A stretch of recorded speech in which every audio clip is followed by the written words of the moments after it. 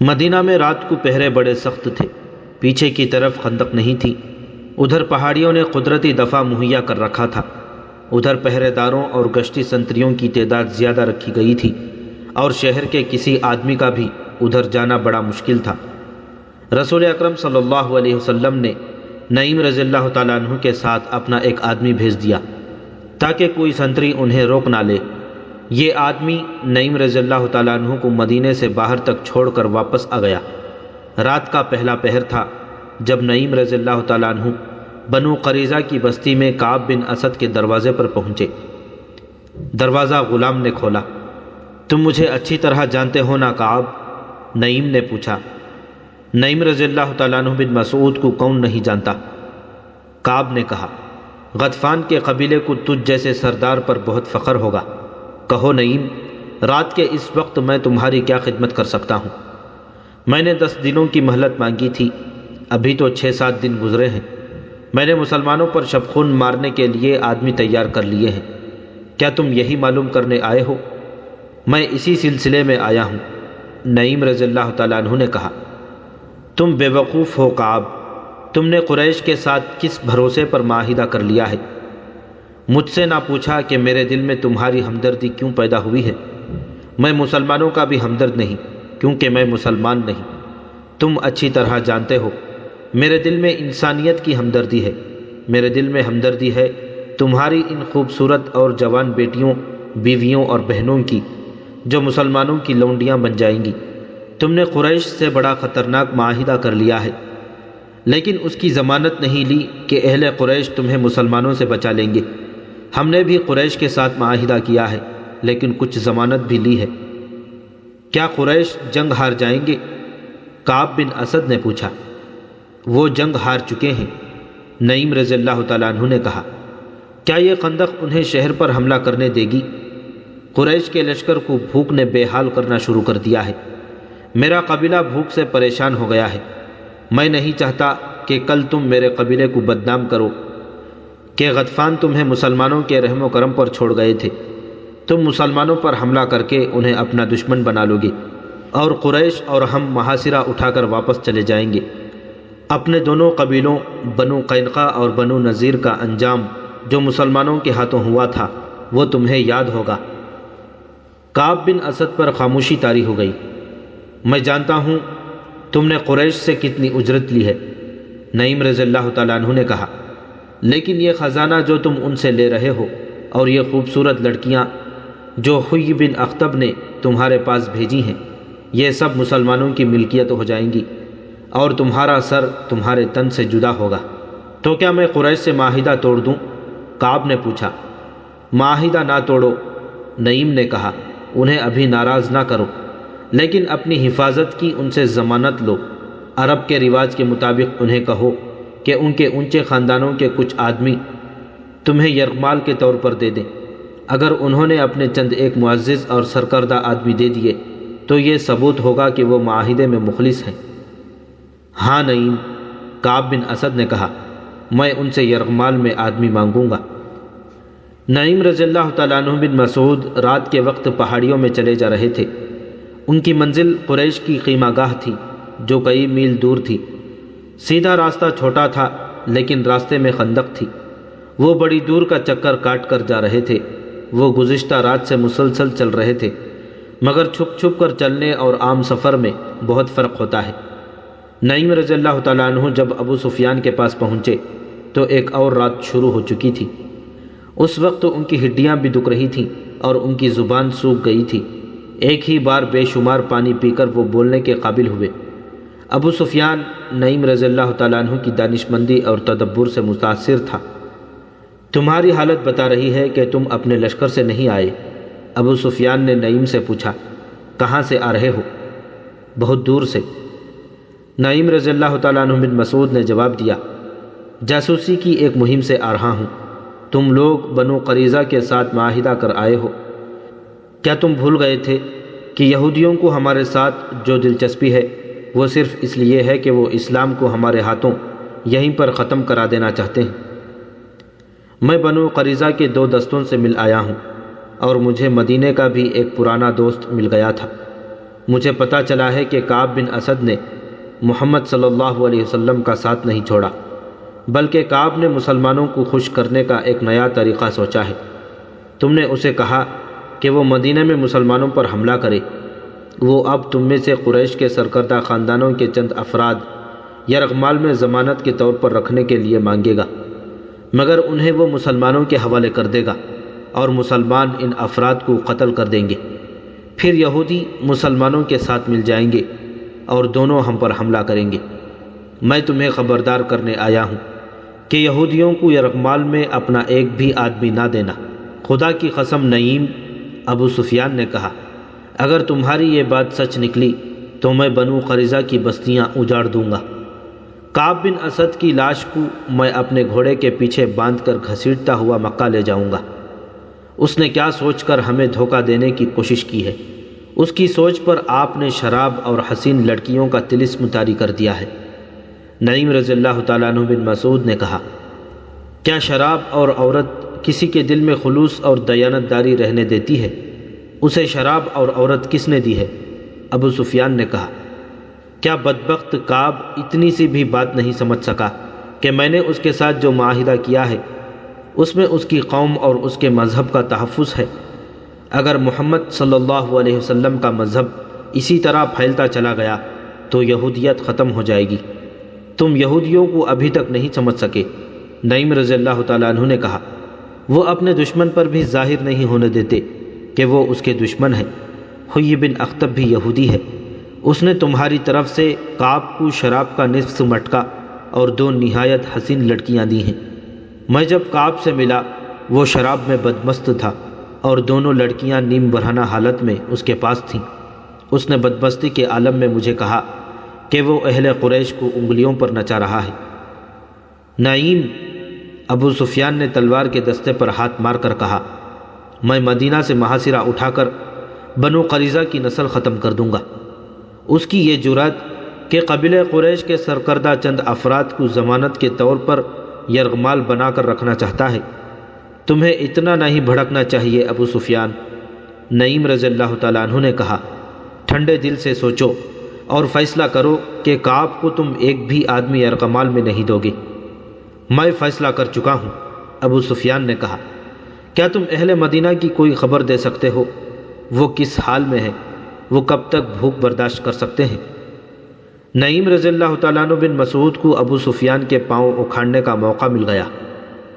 میں حیران ہوں ابو سفیان، نعیم رضی اللہ تعالیٰ عنہ نے کہا، کہ اہل مدینہ خوش اور مطمئن ہے، وہاں بھوک کے کوئی آثار نہیں۔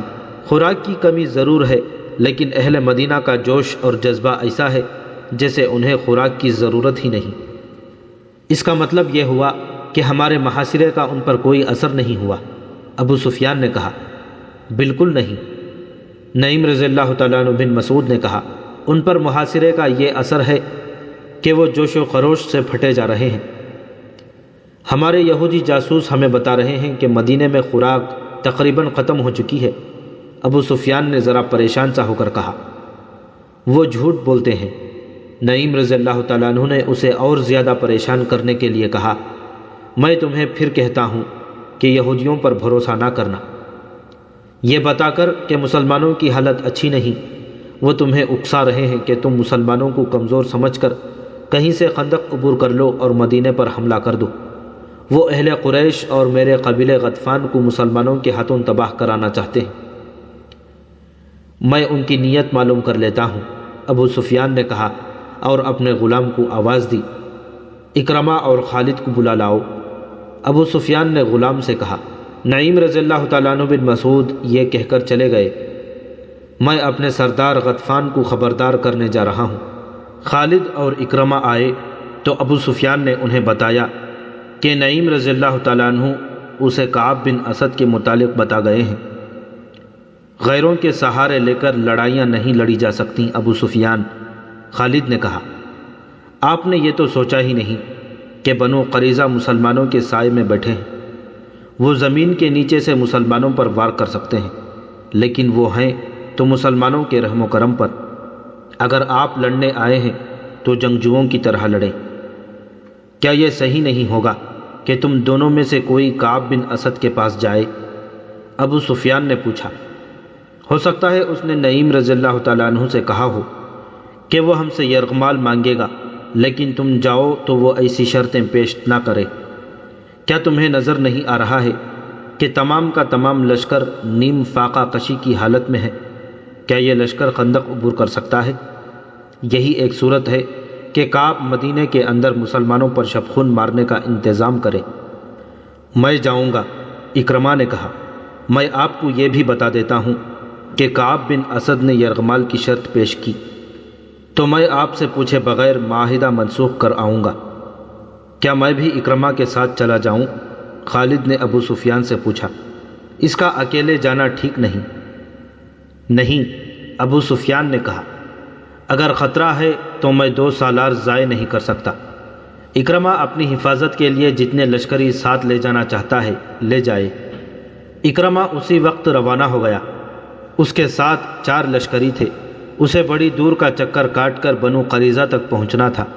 وہ جمعہ کی رات اور تاریخ 14 مارچ 627 عیسوی تھی جب اکرمہ خندق سے دور دور چلتا شیخین کے سلسلہ کوہ میں داخل ہوا اور کعب بن اسد کے گھر پہنچا۔ کعب کو معلوم تھا کہ اکرمہ کیوں آیا ہے۔ آؤ اکرمہ، کعب بن اسد نے کہا، میں جانتا ہوں تم کیوں آئے ہو۔ تمہارے آنے کی ضرورت نہیں تھی، میں نے 10 دن کی مہلت مانگی تھی۔ کعب بن اسد نے اپنے غلام کو آواز دی۔ غلام آیا تو اس نے غلام سے شراب اور پیالے لانے کو کہا۔ میری بات سن لو کعب، اکرمہ نے 2 ٹوک لہجے میں کہا، میں شراب پینے نہیں آیا، مجھے بہت جلدی واپس جانا ہے۔ ہم محاصرے کو اور زیادہ طول نہیں دے سکتے۔ ہم کل مدینے پر حملہ کر رہے ہیں۔ تمہارے ساتھ ہمارا جو معاہدہ ہوا ہے اس کے مطابق تم مدینے میں ان جگہوں پر جو ہم نے تمہیں بتائی ہیں کل سے حملے شروع کر دو۔ ہمیں یہ بھی معلوم ہوا ہے کہ تم نے ظاہری طور پر ہمارے ساتھ معاہدہ کیا ہے، لیکن درپردہ تم نے وہ معاہدہ قائم کر رکھا ہے جو مسلمانوں کے ساتھ تم نے کیا ہے۔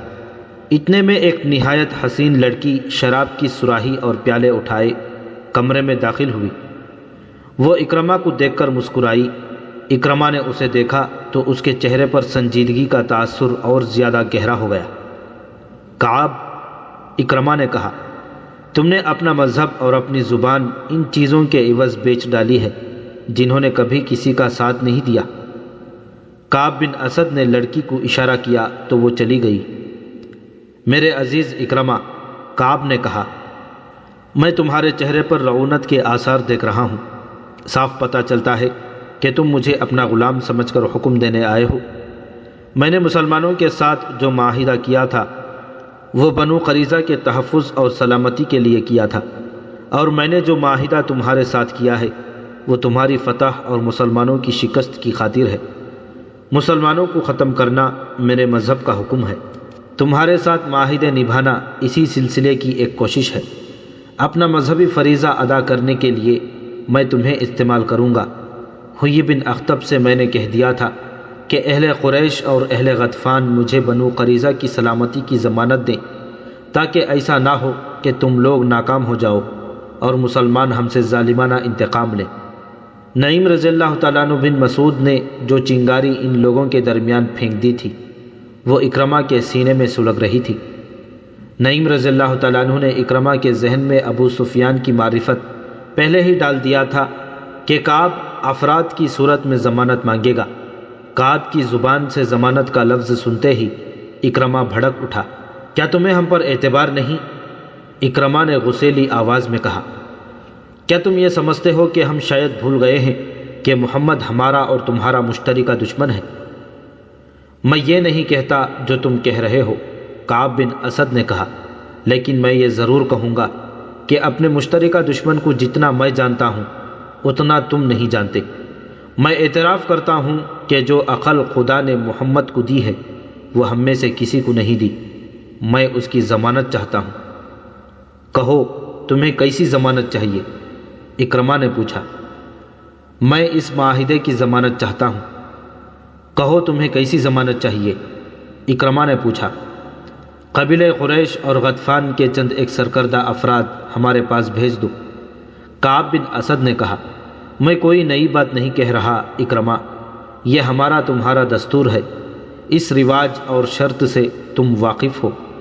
میں نے ضمانت کے طور پر یرغمال میں لینے والے آدمیوں کی تعداد نہیں بتائی، یہ تعداد تم خود مقرر کر لو۔ تم جانتے ہو کہ معاہدے کے خلاف ورزی کرو گے تو تمہارے ان سرکردہ افراد کو ہم قتل کر دیں گے، انہیں تم قتل نہیں کرو گے۔ اکرمہ نے بھڑکی ہوئی آواز میں کہا، تم انہیں مسلمانوں کے حوالے کر دو گے؟ کیا کہہ رہے ہو اکرمہ؟ کعب بن اسد نے حیرت اور پریشانی کے لہجے میں پوچھا، کیا تم مجھے اتنا رذیل سمجھتے ہو کہ میں تمہیں یہ دھوکہ دوں گا کہ تمہارے قبیلوں کے سرداروں کو مسلمانوں کے ہاتھوں قتل کراؤں گا؟ مجھ پر اعتبار کرو۔ یہودی پر اعتبار کرنا ایسا ہے جیسے کسی نے سانپ پر اعتبار کر لیا ہو۔ اکرمہ نے غصے کی حالت میں کہا، اگر تم اپنے آپ کو اتنا ہی قابل اعتماد سمجھتے ہو تو کل مدینے میں ان چھوٹے قلعوں پر حملے شروع کر دو جہاں مسلمانوں نے اپنی عورتوں اور بچوں کو رکھا ہوا ہے۔ کل؟ کعب نے کہا، کل ہفتے کا دن ہے۔ ہفتے کا دن یہودیوں کا ایک مقدس دن ہوتا ہے جسے ہم سبت کہتے ہیں۔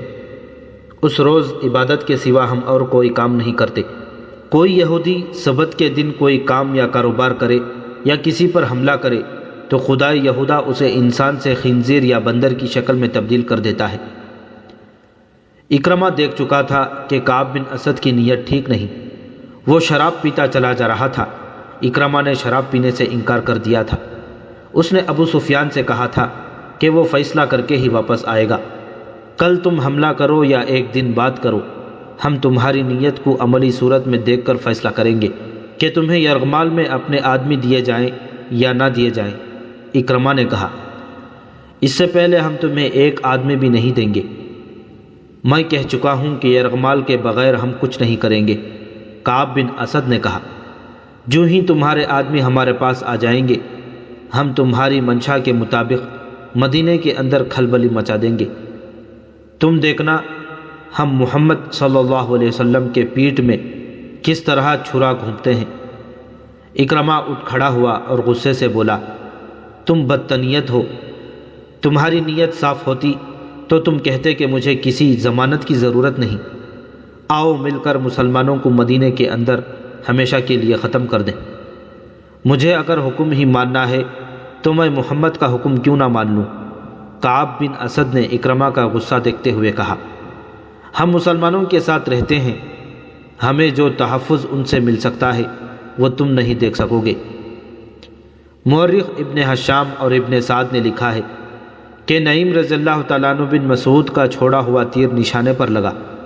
اکرمہ غصے کی حالت میں کعب بن اسد کے گھر سے نکل آیا۔ یہودیوں اور اہل قریش کا معاہدہ جو اگر برقرار رہتا تو مسلمانوں کی کمر ٹوٹ جاتی، یہ معاہدہ کعب کے گھر کے اندر ہی ٹوٹ گیا۔ جب اکرمہ کعب بن اسد سے ملنے جا رہا تھا اس وقت نعیم رضی اللہ تعالیٰ عنہ بن مسعود اپنے قبیلے کے سردار غطفان کے پاس بیٹھے ہوئے تھے۔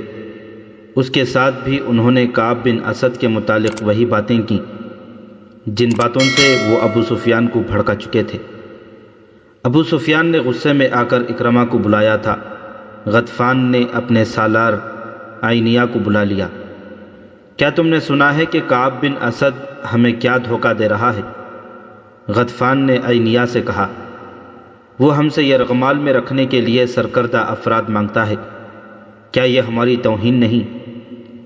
سردار غطفان سالار عینیہ نے کہا، میں پہلے تمہیں کہہ چکا ہوں کہ میرے ساتھ میدان جنگ کی بات کرو، میں آمنے سامنے کی لڑائی لڑنا جانتا ہوں۔ مجھے اس شخص سے نفرت ہوگی جو پیٹھ کے پیچھے آ کر وار کرتا ہے، اور مجھے اس شخص سے بھی نفرت ہوگی جس کی پیٹھ پر وار ہوتا ہے۔ اور پھر تم یہودیوں پر اعتبار کرتے ہو۔ اگر کعب بن اسد کہے گا کہ مجھے اپنے قبیلے کا سردار غطفان یرغمال میں دے دو تو کیا میں تمہیں اس کے حوالے کر دوں گا؟ میں اس شخص کا سر اڑا دوں گا جو ایسا مطالبہ کرے گا۔ نعیم رضی اللہ تعالیٰ عنہ بن مسعود نے کہا، میں ان یہودیوں کو اپنے قبیلے کی ایک بھیڑ یا بکری بھی نہ دوں گا۔ خدا کی قسم کعب نے ہماری توہین کی ہے۔ ابو سفیان کیا کہتا ہے؟ غطفان نے نعیم رضی اللہ تعالیٰ عنہ سے پوچھا۔ یہ بات سن کر ابو سفیان غصے سے کانپنے لگا تھا۔ نعیم رضی اللہ تعالیٰ عنہ نے کہا، ابو سفیان کہتا ہے کہ وہ کعب بن اسد سے اس توہین کا انتقام لے گا اور اسے انتقام لینا چاہیے۔ سالار عینیہ نے کہا، بنو قریظہ کی حیثیت ہی کیا ہے؟ وہ ہمارے اور مسلمانوں کے درمیان اس طرح پس جائیں گے کہ ان کا وجود ہی ختم ہو جائے گا۔ خالد کو آج مدینے کی طرف جاتے ہوئے وہ وقت یاد آ رہا تھا جب اکرمہ بنو قریظہ کی بستی سے واپس آیا تھا۔ خالد دوڑتا ہوا اس تک پہنچا تھا۔ ادھر سے ابو سفیان گھوڑا دوڑاتا گیا۔ اکرمہ کے چہرے پر غصے اور تھکن کے گہرے آثار تھے۔ کیا خبر لائے ہو؟ ابو سفیان نے اس سے پوچھا۔ خدا کی قسم ابو سفیان، میں نے کعب سے زیادہ بدتنیت انسان پہلے کبھی نہیں دیکھا تھا، اکرمہ نے گھوڑے سے کود کر اترتے ہوئے جواب دیا۔ نعیم نے ٹھیک کہا تھا۔ کیا اس نے ہم سے یرغمال میں رکھنے کے لیے آدمی مانگے ہیں؟ خالد نے پوچھا تھا۔ ہاں خالد، اکرمہ نے کہا تھا۔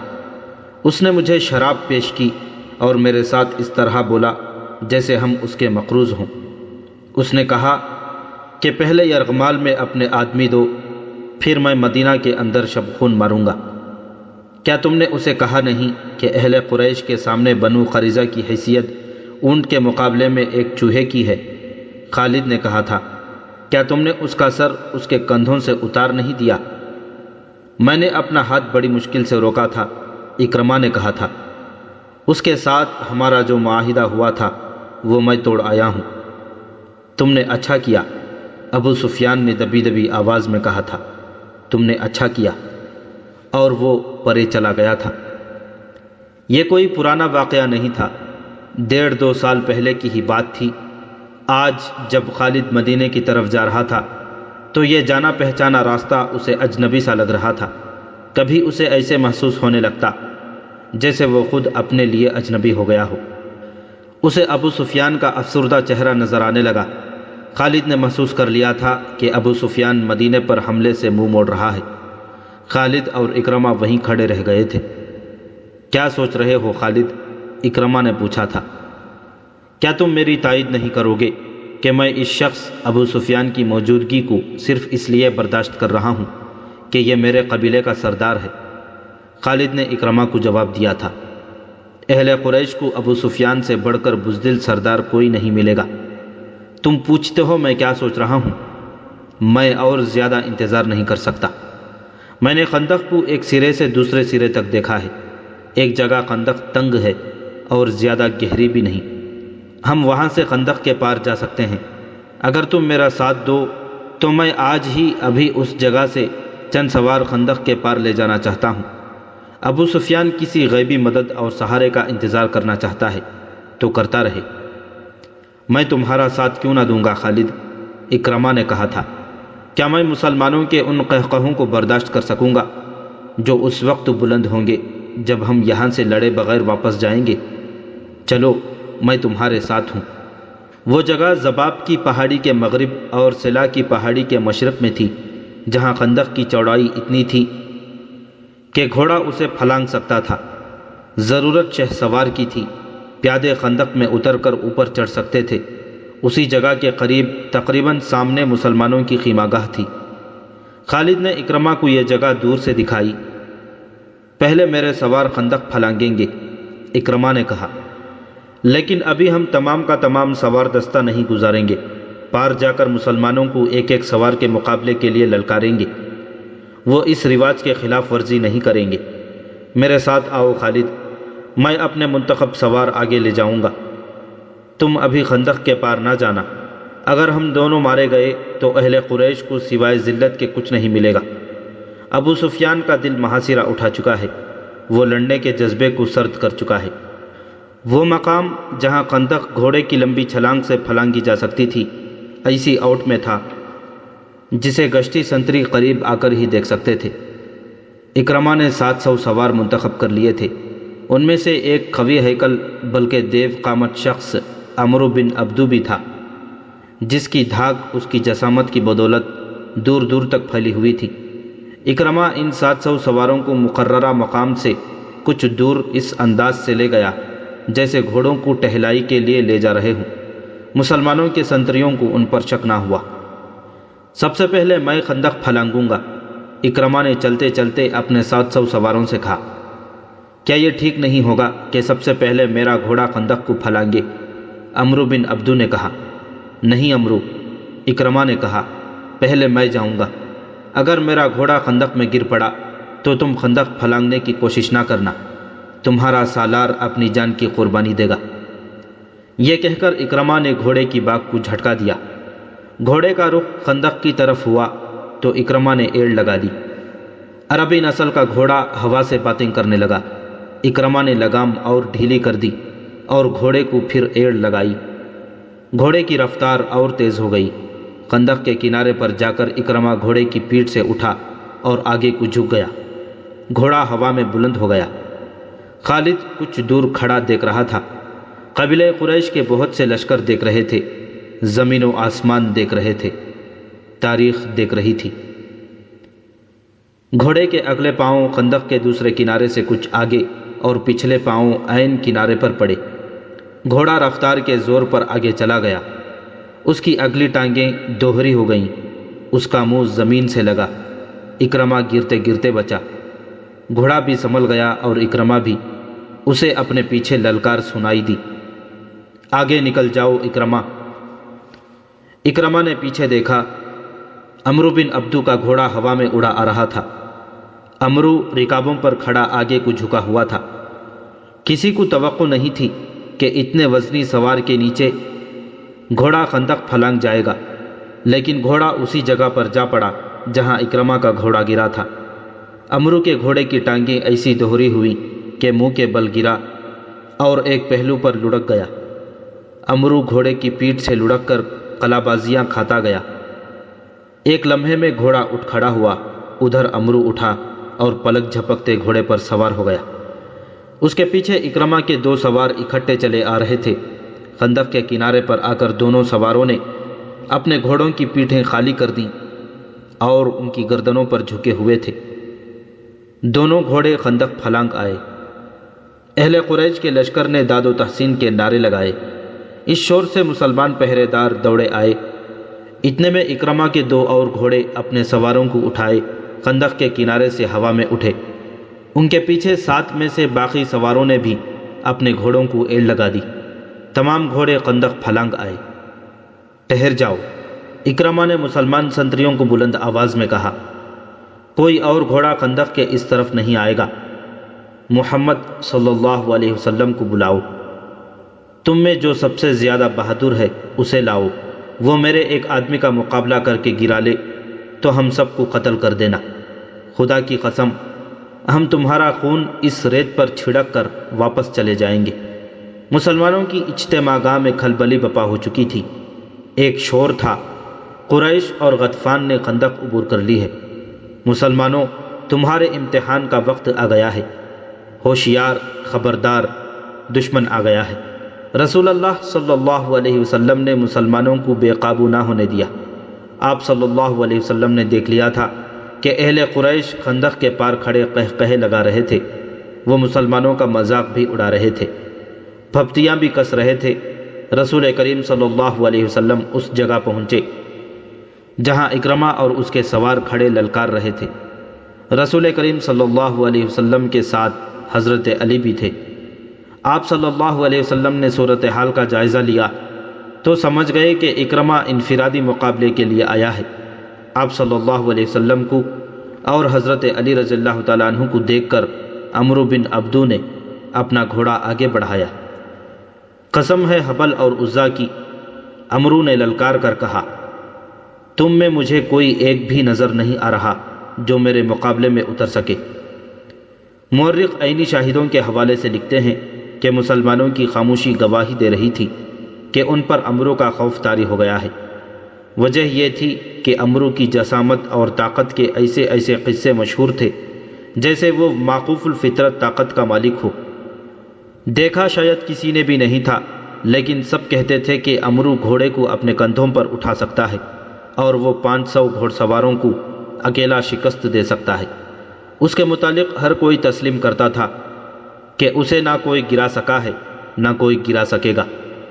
ابو سفیان خندق کے پار کھڑا دیکھ رہا تھا، خالد اور صفوان بھی دیکھ رہے تھے، غطفان، اینیا اور ان کا تمام لشکر دیکھ رہا تھا، اور نعیم رضی اللہ تعالیٰ عنہ بن مسعود بھی غیر مسلموں کے لشکر میں دم بخود کھڑے تھے۔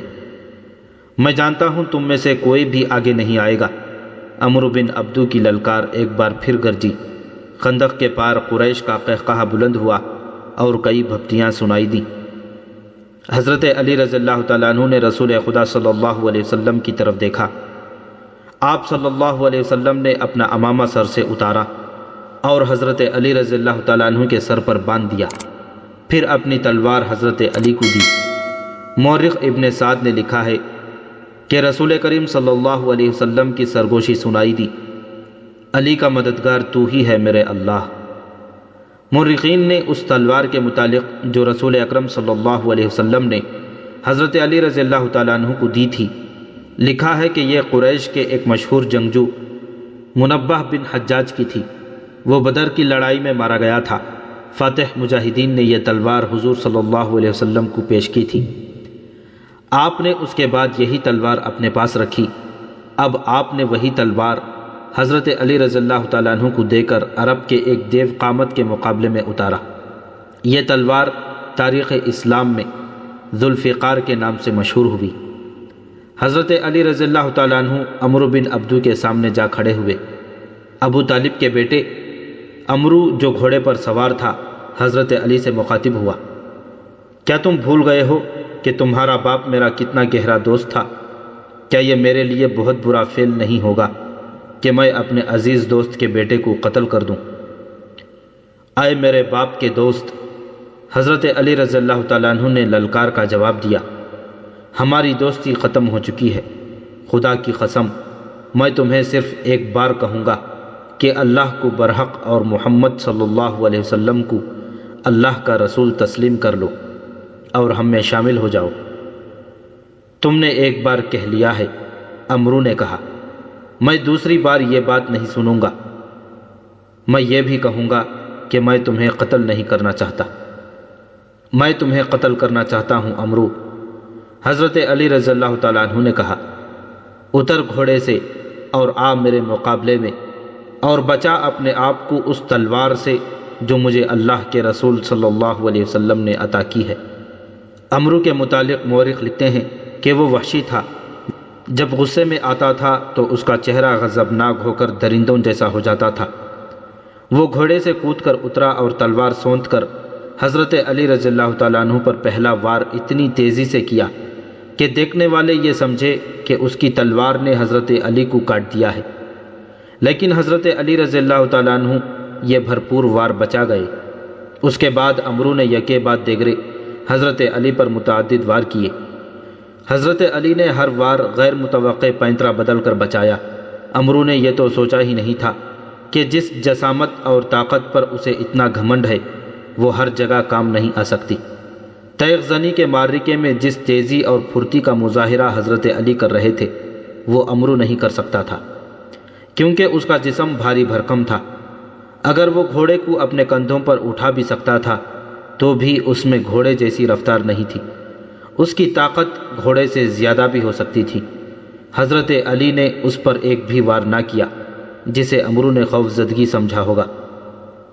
وہ وار پہ وار کرتا رہا اور حضرت علی کبھی ادھر کبھی ادھر ہوتے رہے۔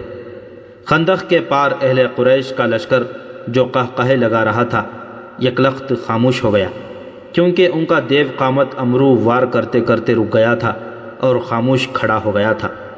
وہ ہانپ رہا تھا۔ وہ غالباً حیران تھا کہ یہ نوجوان جو قدبت میں اس کے جسم کا 20واں حصہ بھی نہیں، اسے مرعوب کیوں نہیں ہوا۔ دراصل عمرو تھک گیا تھا۔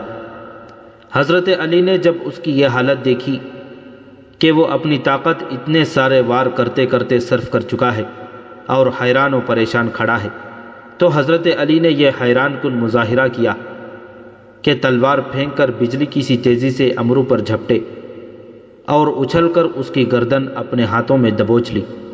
اس کے ساتھ ہی حضرت علی نے عمرو کی ٹانگوں میں اپنی ٹانگ ایسے پھنسائی کہ وہ پیٹھ کے بل گرا۔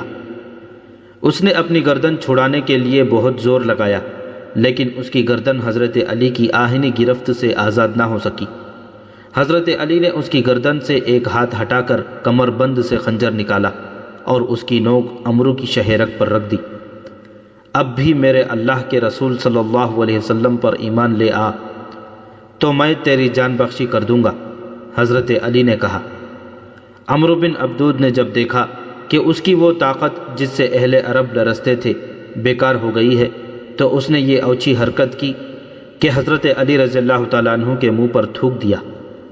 دیکھنے والے ایک بار پھر حیران رہ گئے، کیونکہ حضرت علی رضی اللہ تعالیٰ عنہ خنجر سے اس کی شہ رگ کاٹ دینے کے بجائے اٹھ کھڑے ہوئے تھے۔ انہوں نے خنجر کمر بند میں اڑس لیا اور ہاتھوں سے اپنا چہرہ صاف کیا۔ عمرو اب اس طرح اٹھا جیسے اس کے جسم کی طاقت ختم ہو چکی ہو۔ صرف اسے ہی نہیں، ہر کسی کو توقع تھی کہ حضرت علی اسے زندہ نہیں اٹھنے دیں گے، لیکن حضرت علی بڑے آرام سے پیچھے ہٹے۔ عمرو، حضرت علی رضی اللہ تعالیٰ عنہ نے کہا، میں نے اللہ کے نام پر تیرے ساتھ زندگی اور موت کا مقابلہ کیا تھا، لیکن تو نے میرے منہ پر تھوک کر میرے دل میں ذاتی دشمنی پیدا کر دی ہے۔ میں تجھے ذاتی دشمنی کی بنا پر قتل نہیں کروں گا، کہیں ایسا نہ ہو کہ میرے خدا کو میرا یہ انتقام اچھا نہ لگے۔ جا یہاں سے اپنی جان لے کر واپس چلا جا۔ عمرو بن عبدو شکست تسلیم کرنے والا آدمی نہیں تھا۔ مورخ لکھتے ہیں کہ میدان میں یہ اس کی پہلی ہار تھی جسے وہ برداشت نہ کر سکا۔ اس نے اپنی ہار کو جیت میں بدلنے کے لیے یہ اوچھی حرکت کی کہ تلوار نکال کر حضرت علی پر جھپٹ پڑا۔ حضرت علی اس حملے کے لیے تیار نہیں تھے، لیکن ان کی کامیابی کے لیے رسول خدا صلی اللہ علیہ وسلم نے خدا سے مدد مانگی تھی۔ عین وقت پر جب عمرو کی تلوار اور حضرت علی رضی اللہ تعالیٰ عنہ کی گردن میں 2-4 لمحوں کا فاصلہ رہ گیا تھا، حضرت علی رضی اللہ تعالیٰ عنہ نے اپنی ڈھال آگے کر دی۔ عمرو کا وار اس قدر زوردار تھا کہ اس کی تلوار نے حضرت علی رضی اللہ تعالیٰ عنہ کی ڈھال کو کاٹ دیا۔ ڈھال حضرت علی کے کان کے قریب سر پر لگی، جس سے خون پھوٹنے لگا۔ عمرو ڈھال سے تلوار کھینچ ہی رہا تھا کہ حضرت علی کی وہ تلوار جو انہیں رسول کریم صلی اللہ علیہ وسلم نے دی تھی اتنی تیزی سے حرکت میں آئی کہ عمرو کی گردن کٹ گئی۔ گردن پوری نہ کٹی، لیکن شہ رگ کٹ چکی تھی۔ عمرو کی تلوار اس کے ہاتھ سے چھوٹ گئی، اس کا جسم ڈولنے لگا۔ حضرت علی رضی اللہ تعالیٰ عنہ نے اس پر دوسرا وار نہ کیا۔ انہوں نے دیکھ لیا تھا کہ یہی وار کافی ہے۔ عمرو کی ٹانگیں دوہری ہوئی، اس کے گھٹنے زمین پر لگے اور وہ لڑک گیا۔ عرب کی مٹی اس کا خون چوسنے لگی۔ خندق کے پار دشمن کے لشکر پر ایسا سکوت طاری ہو گیا جیسے پورے کا پورا لشکر کھڑے کھڑے مر گیا ہو۔ اب مسلمانوں کے نعرے گرج رہے تھے۔ عربوں کی رسم کے مطابق اس مقابلے کا دوسرا مرحلہ شروع ہو گیا۔ مسلمانوں کے ایک جیش نے اکرمہ اور اس کے باقی سواروں پر حملہ کر دیا۔ قریش کے ان سواروں کے لیے بھاگ نکلنے کے سوا اور کوئی چارہ نہ تھا۔ وہ خیریت سے پسپا ہونے کے لیے لڑے۔ اس معرکے میں قریش کا ایک آدمی مارا گیا۔ اکرمہ نے اپنا گھوڑا خندق کی طرف موڑ کر بھاگ نکلنے کے لیے ایڑ لگا دی۔ خندق پھلانگنے سے پہلے اکرمہ نے اپنی برچھی پھینک دی۔ ان میں سے ایک سوار جس کا نام خالد بن عبداللہ تھا خندق کو پھلانگ نہ سکا۔ اس کا گھوڑا خندق کے اگلے کنارے سے ٹکرایا اور خندق میں جا پڑا۔ وہ اٹھ کر کنارے پر چڑھنے کی کوشش کرنے لگا، لیکن مسلمانوں نے اس پر پتھروں کی بوچھاڑ کر دی اور وہ وہیں ختم ہو گیا۔